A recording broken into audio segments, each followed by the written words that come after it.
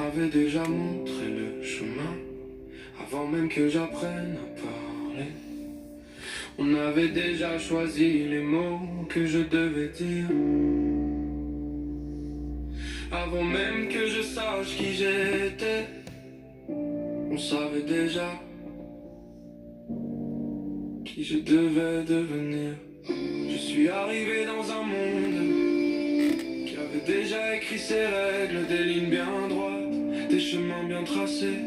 On m'a appris qu'il fallait être comme les autres sans jamais demander qui j'avais envie d'être à l'école.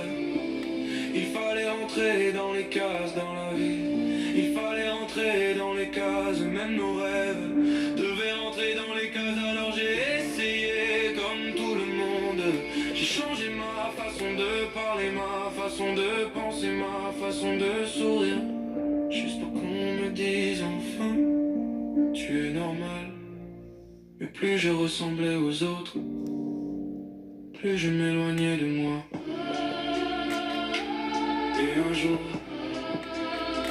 je me suis regardé, je connaissais mon prénom, mais je ne reconnaissais plus mon âme.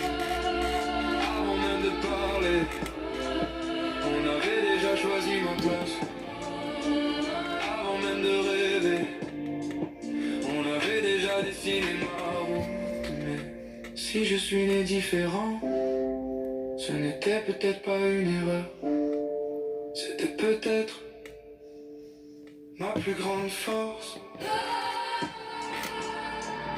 On m'a souvent demandé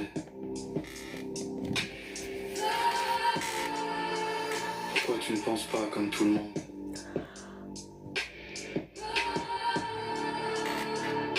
Je n'ai jamais trouvé la réponse. Parce que la vraie question était peut-être pourquoi tout le monde pense qu'il faut penser pareil.